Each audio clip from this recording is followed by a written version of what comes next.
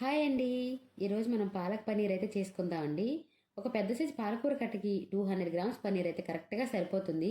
పాలకూరని ఇలా హాట్ వాటర్లో వేసి ఒక 5 నిమిషాలు ఉడికించుకున్నాక తీసేసి కూలింగ్ వాటర్లో వేసుకుని ఇప్పుడు మిక్సీ జార్లో వేసుకుని పచ్చిమిర్చి జీడిపప్పు బద్దలు వేసుకుని మెత్తగా మిక్సీ పట్టుకుని దీని పక్కన పెట్టుకోండి.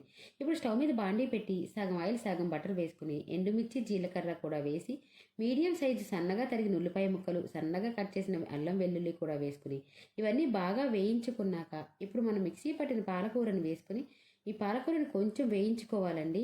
కొంచెం వేగాక వాటర్ పోసుకుని ఇది ఉడుకుతున్నప్పుడు అల్లం వెల్లుల్లి పేస్టు, ఉప్పు, కారం, ధనియా పౌడర్, జీరా పౌడర్, గరం మసాలా వేసి అలాగే మనం ముందుగా కట్ చేసి ఉంచుకున్న పన్నీర్ ముక్కలు కూడా వేసుకుని 7-8 నిమిషాలు మీడియం ఫ్లేమ్లో పెట్టి స్టవ్ ఆఫ్ చేసే ముందు కసూరి మెతి వేసుకుంటే ఎంతో రుచికరమైన పాలక్ పన్నీర్ అనేది రెడీ అయిపోతుంది.